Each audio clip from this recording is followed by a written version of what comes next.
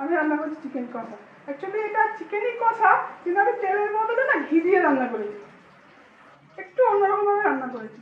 দেখুন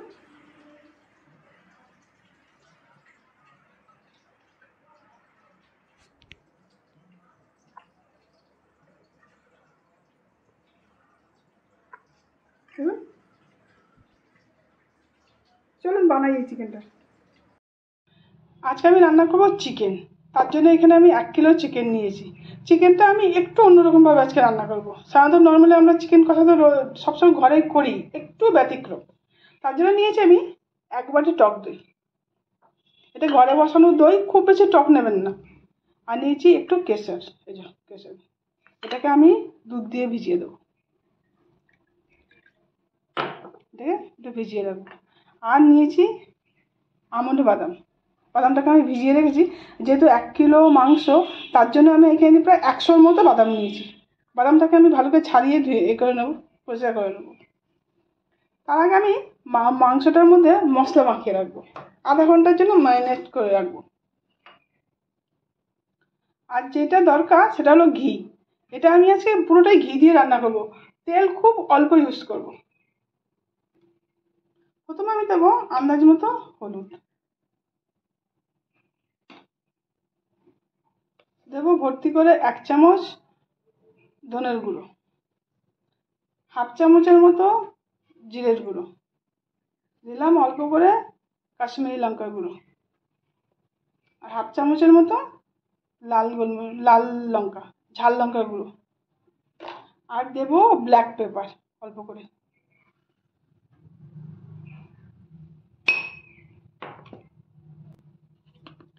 আর দেবো আন্দাজ মতো নুন। আর এই যে দইটা আছে, 1 বাটি দই নিয়েছি, এই দইটা দিয়ে দেবো। এতে কিন্তু আমি আদা রসুনটা দিলাম না, আদা রসুনটা আমি ভেজে দেবো। এবার একসঙ্গে সব মেখে নেব।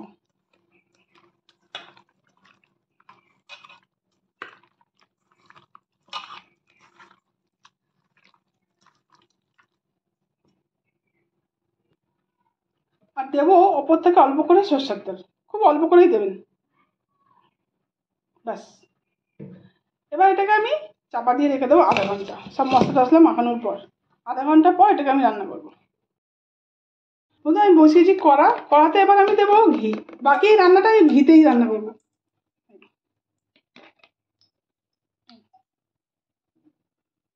আপনারা চাইলে তেল দিয়েও করতে পারেন, কিন্তু ঘি দিয়ে করলে কি এর স্বাদটা অনেক গুণ বেড়ে যাবে। ঘিয়ের মধ্যে এবার আমি দেবো কিছু গোটা মশলা। এই যে নিয়েছি 2টো শুকনো লঙ্কা, 2টো তেজপাতা, অল্প করে জয়ত্রী, এই যে এটা জয়ত্রী, আর নিয়েছি গোটা গরম মশলা, সব দিয়ে দেবো। মশলাগুলোকে হালকা নাড়াচাড়া করে নিলাম। এবার এতে আমি দেবো পেঁয়াজ, বড় বড় 3টে পেঁয়াজ নিয়েছি আমি, যেহেতু 1 কিলো মাংস।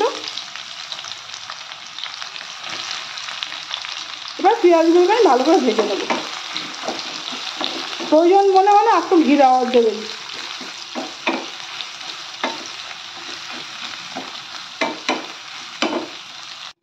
পেঁয়াজটা ভাজা হতে হতে আমি বাদামগুলোকে পেস্ট করে নেব।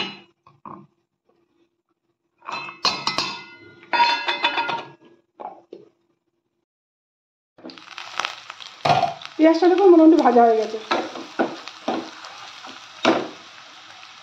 এবার এতে আমি দেবো 2 চামচ আদা রসুন বাটা, বড় চামচে 2 চামচ আদা রসুন বাটা। এবার এটাকে আমি ভালো করে ভেজে নেব। আপনারা কিন্তু এই রান্নাটা পুরো শুধু ঘি দিয়েও করা যেতে পারে, আবার শুধু তেল দিয়েও করা যেতে পারে। আমি অল্প তেল দিলাম, ঘিটাই বেশি দিলাম। প্রয়োজন মনে হলে আরও ঘি দিয়ে দেবেন।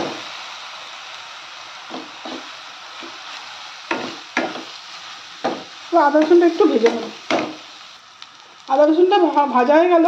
এবারে তো আমি এই ম্যারিনেট করা মাংসটা দিয়ে দেবো সব।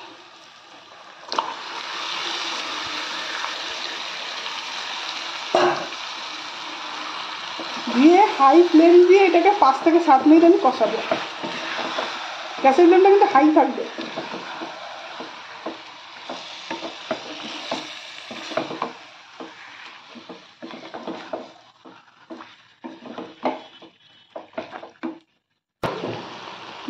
7-8 মিনিট আমি হাই ফ্লেম দিয়ে কিন্তু কষিয়েছি। সব দেখুন তেলটা কেমন ছেড়ে দিয়েছে, তেল আর ঘিটা।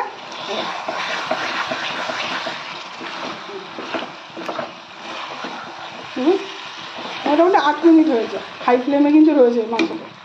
এবার আমি যেই বাটিটার মধ্যে মাংসটাকে মাখিয়েছি ওর মধ্যে খুব অল্প করে জল দেবো, খুব অল্প, বেশি না, দিয়ে এটাকে ধুয়ে নেবো। ধুয়ে এই জলটাই, আর এতে আমি জল ইউজ করবো না।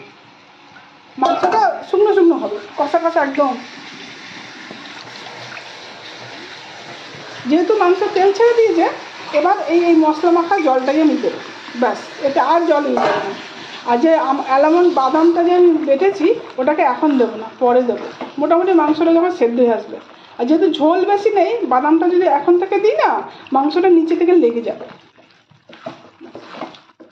দেখুন মাংসটা। এবার গ্যাসের ফ্লেমটা আমি একদম স্লো করবো। এবার মাংসটা স্লো ফ্লেমেই হবে, আর হাই ফ্লেম দেবো না, যেহেতু ঝোল নেই এটা। এবার স্লো ফ্লেম দিয়ে এটাকে আমি চাপা দিয়ে রান্না করবো। বন্ধুরা, আমার ভিডিওটা যদি আপনাদের ভালো লাগে লাইক করবেন, কমেন্ট করবেন, সাবস্ক্রাইব করবেন। 10-12 মিনিট পর দেখুন মাংসটা এরকম হয়েছে দেখতে, কালারটা দেখুন কত সুন্দর হয়েছে। গ্যাসের ফ্লেমটা কিন্তু হাই দেওয়া যাবে না, দিলে মাংসটা নিচ থেকে লেগে যাবে।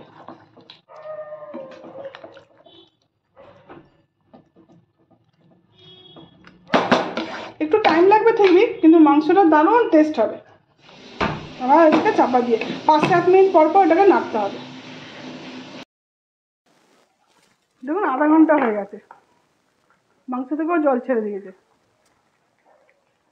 এবার আমি যে বাদামটা পেস্ট করেছি বাদামটা দিয়ে দেবো, আমন্ড বাদামটা।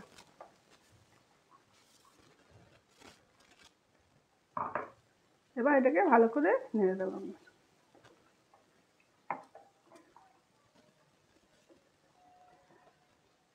মাংসটা যখন রান্না করবেন দেখবেন মাংসটাকে এত সুন্দর গন্ধ উঠবে না।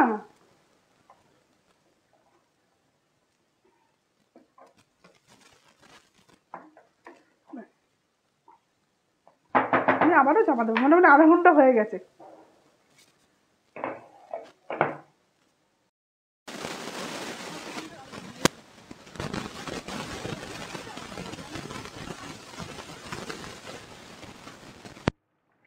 দেখুন সেদ্ধ হয়ে গেছে।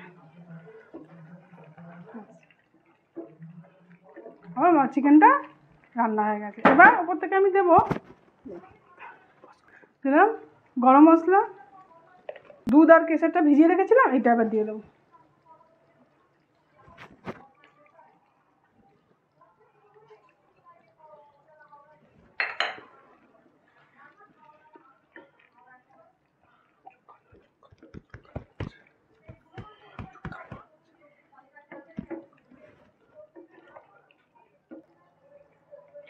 ওপর থেকে আমি আরেকটু ঘি দিয়ে দেবো।